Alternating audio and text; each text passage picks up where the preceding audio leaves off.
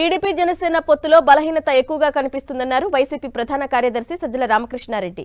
చంద్రబాబు ఏది పడేస్తే దానికి తృప్తి పడడం పవన్ కు అలవాటైందని సెటైర్లు వేశారు. తాను ఎక్కడ పోటీ చేయాలో కూడా డిసైడ్ చేసుకోలేని పరిస్థితిలో పవన్ ఉన్నారని విమర్శించారు. ఎంతో రాజకీయ అనుభవం ఉందని చెప్పుకునే చంద్రబాబుకు 175 సీట్లలో అభ్యర్థులు లేరన్నారు.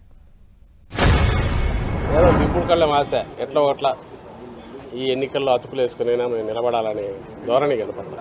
బలహీనత రెండు వైపులా, కానీ అత్యంత దయనీయమైన పరిస్థితి. పాపం ఆయన పవన్ కళ్యాణ్ చూస్తే చాలా దయనీయంగా రావడం, కానీ ఇక్కడికి అంటే ఒక పొలిటికల్ పార్టీకి ఉండాల్సిన ఒక డెకోరం మెయింటైన్ చేయగలిగిన దీంట్లో కూడా అతను లేడు.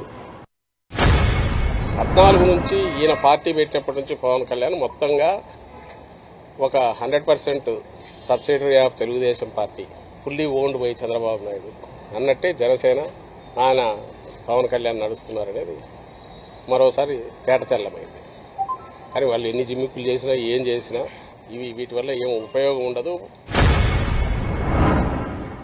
24 మంది కూడా ఎవరు అభ్యర్థులు తెలియకుండా, అది కూడా ఆయన ఇంటికి వెళ్ళి చంద్రబాబు ఇంటికి వెళ్ళి ఆయన అనౌన్స్ చేసి ఈయన ఎవరి మీద యుద్ధం చేస్తాడు. గాల్లో తిప్పుకోవాల్సిందే, తిప్పడం తప్ప.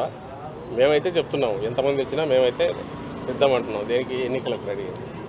నువ్వు ఆయన యుద్ధం అనడానికి నువ్వు 175 కాన్స్టిట్యూన్సీలు నీ మనుషులు ఎవరన్నా ఉన్నారా? లేక 24 కైనా నువ్వేమన్నా అనౌన్స్ చేయగలిగావా? చిలక పలుకులు పలికితే సరిపోతుందా? ఆయన అనుకున్నవి, చంద్రబాబు అనుకున్నవి నేను చిలక పలుకులు పలుకుతున్నాడు తప్ప అంతకుమించి తనకు సొంతం ఏమన్నా ఇది ఉంటే కదా.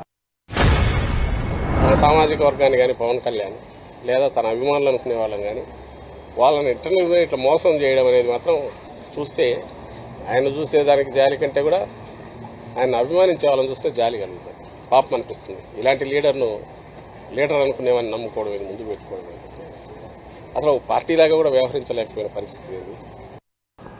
జనం నమ్ముతారు, జనం గొర్రెల్లాగా నమ్ముతారు. తను 5 ఏళ్ళు అయిపోయింది కాబట్టి మర్చిపోయి ఉంటారని అనుకుంటున్నాడు కాబట్టి ఆయన ఏదైనా మాట్లాడతాడు. మామూలు ఉద్దేశించి కూడా ఎలాంటి మాటలైనా మాట్లాడతాడు. బట్ అల్టిమేట్గా ప్రజలు అనుభవించినారు, ఆ పీరియడ్ అనుభవించినారు. పాజిటివ్ సైడ్ ఈసారి కూడా వాళ్ళ ఎక్స్పీరియన్స్ డిఫరెంట్గా ఉంది. ఫస్ట్ టైం ప్రజలది వైఎస్ఆర్సీపీ పాలనలో. కాబట్టి దే హ్యావ్ ఆల్రెడీ డిసైడెడ్ అని మాకు వస్తున్న దీంట్లో కనపడుతుంది. మా సర్వేలో కానీ మాటలో కానీ ప్రమాణం కనపడుతుంది. We will sweep last time కంటే బెటర్ ఇది ఉంటుంది. 175 టార్గెట్ మాది అట్లే ఉంది.